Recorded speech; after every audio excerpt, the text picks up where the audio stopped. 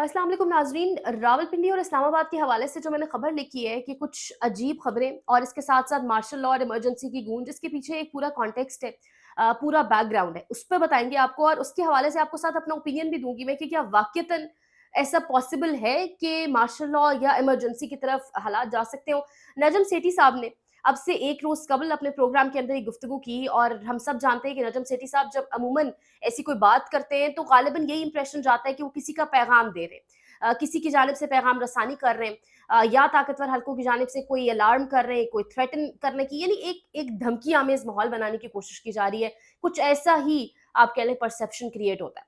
अब नजम सेठी साहब ने अपने प्रोग्राम के अंदर गुफ्तगू करते हुए कहा कि ये जो अदलिया और फौज आप देख लें, जिस तरीके से जस्टिस मोहसिन नकवी साहब हम सब जानते हैं सेक्टर कमांडर को तलब किए बैठे हैं, जिस तरीके से हालात बन रहे हैं। अब ये बात हुई, नदम सिटी साहब ने अपने प्रोग्राम के अंदर जो की, उन्होंने कहा कि जिस जानिब मामलात जा रहे हैं, जिस जानिब सिचुएशन जा रही है, उससे लगता है कि हम पहले इमरजेंसी की तरफ जाएंगे और फिर मार्शल लॉ की तरफ। और वजह उसकी ये जो दो इदारों के दरमियान टकराव है, वजह उसकी ये जो अदलिया जिस तरीके से बुला रही है, बार बार ऑन पेपर बुला रही है, ऑन रोस्टम बुला रही है, सामने बुला रही है, जिस तरीके से जस्टिस मोहसिन अख्तर नकवी कियानी साहब बुला रहे हैं अहमद फरहाद के केस में, जिस तरीके से जस्टिस इसके साथ अतर मैनुल्लाह साहब के रिमार्क्स हम देख चुके हैं, जिस तरीके से कुछ पिछले दिनों में हेयरिंग्स हुई हैं, और फिर उसके अलावा एक वजह और भी है, जिसका जिक्र डेफिनेटली नजम सेठी साहब ने नहीं किया, लेकिन जब कुछ लोग उस पर तबसरा कर रहे हैं या कुछ लोगों से जब बात हुई, वजह ये भी है कि इमरान खान के केसेस अब बिल्कुल एंड पे हैं, बिल्कुल एंड पे हैं। हम सब जानते हैं जो आने वाला हफ्ता है ये बहुत इंपॉर्टेंट है, और उस एन हफ्ते के आने से पहले मतलब इस वीकेंड के ऊपर इस किस्म की खबरों का निकल कर आना, इस्लामाबाद रावलपिंडी में ऐसी खबरों की गूंज डेफिनेटली बहुत सारी चीजों का पेश खैमा है।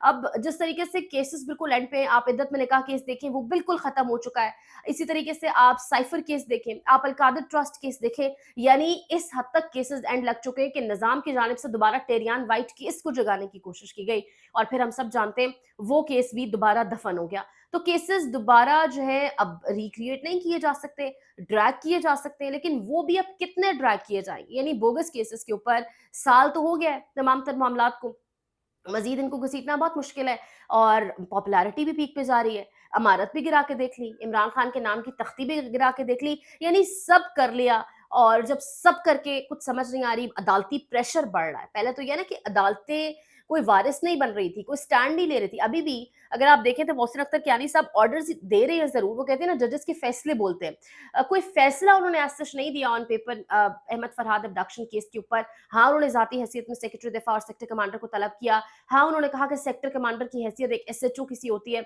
उन्होंने ये भी कहा कि अगर यहाँ पर पुलिस आ सकती है तो सेक्टर कमांडर क्यों नहीं आ सकते, अगर ये वर्दी वाले यहाँ पर खड़े हैं तो वो क्यों नहीं। लेकिन इसके साथ साथ ऐसी खबरों का शुरू होना, और उसके बाद एक इस्लामाबाद रावलपिंडी में ये खबरें जो है, अब ये अफवाहें हैं, स्पेकुलेशंस हैं, वो एक खबर आती है ना गर्म होती है, फिर उस पर बड़े तबसरे होते हैं, महज ये वो है।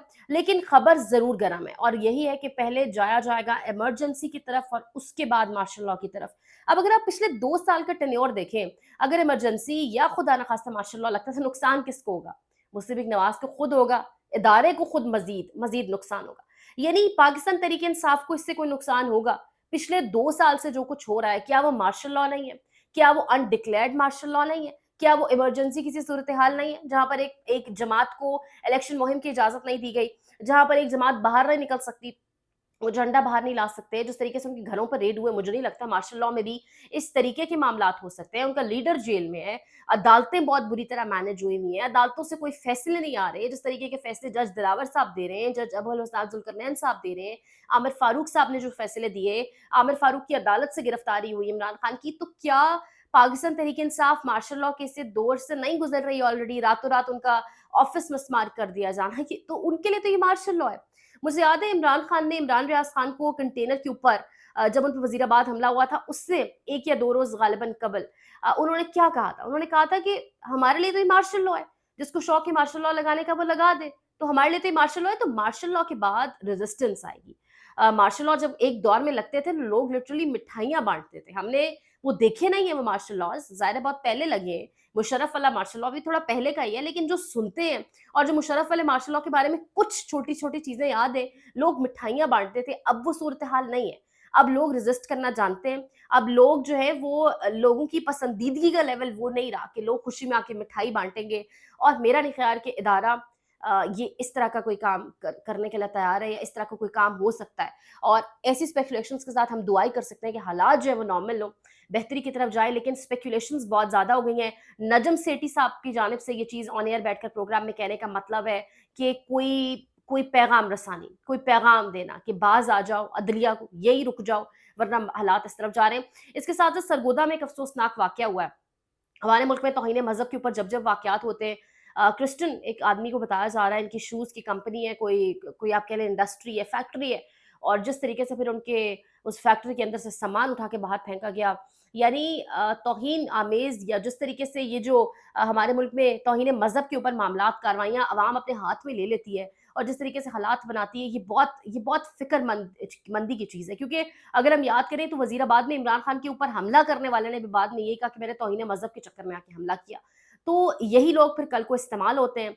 अवाम का जो इश्तियाल है, इसको कंट्रोल करने की बहुत ज़रूरत है। सरगोदा में वाक़या हुआ, अफ़सोसनाक वाक़या हुआ, लेकिन अल्हम्दुलिल्लाह किसी बड़े इंसानी नुकसान से बच गए।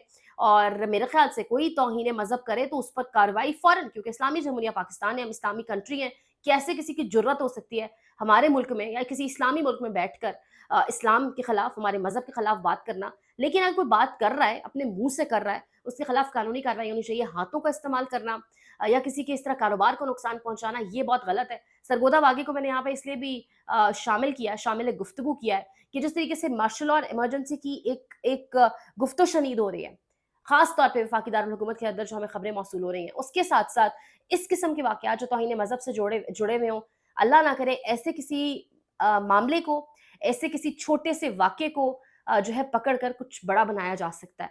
तो दुआ ये करें कि हालात जो हैं वो नॉर्मल रहें, हालात बेहतरी की तरफ जाएँ, पाकिस्तान के लिए बेहतरी हो। और मार्शल लॉ और इमरजेंसी कभी से पाकिस्तान के लिए बेहतर नहीं है। सैंक्शंस एक सिंपल सा लफ्ज़ है, वो हमें नज़र आता है कि पाबंदियाँ लग जाती हैं, उसके अलावा भी बहुत कुछ होता है। तो पाकिस्तान ऐसी किसी एडवेंचर को अफ़ोर्ड नहीं कर सकता। अल्लाह पाक पाकिस्तान का हामी और नासिर हो। चैनल को लाइक करें, शेयर करें, सब्सक्राइब करें, कीमती राय का इज़हार करें। रीच को डाउन किया जा रहा है, चैनल्स हमारे बंद किए जा रहे हैं, बोलने से रोका जा रहा है। सो आपकी सपोर्ट चाहिए। अपना ख़्याल रखें। अल्लाह निगहबान।